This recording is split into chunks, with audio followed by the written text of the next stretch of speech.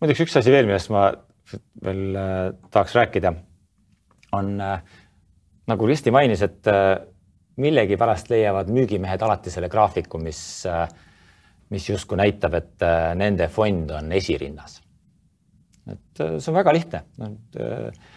Fondide hinnad kõiguvad ja alati leiad sa selle ühe perioodi, kus sinu fondi tootlus või sinu tööandja fondi tootlus on teistest ees. Et seepärast on soovitus, et ära vaata fondi tootlust, vaata seda, kuidas sinul on läinud.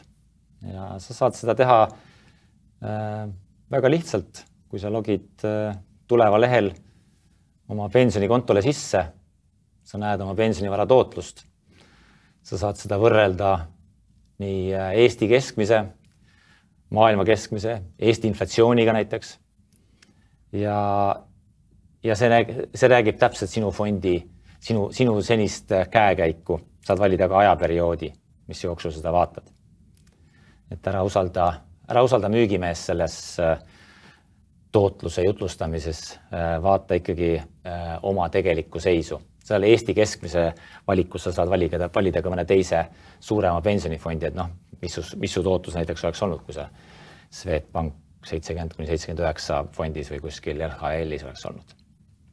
Logi sisse, sa ei pea olema selleks tulevas koguja, sul peab olema pensionikonto, mis kõigil meil on, kui me seda saadet vaatame tõenäoliselt ja vaata.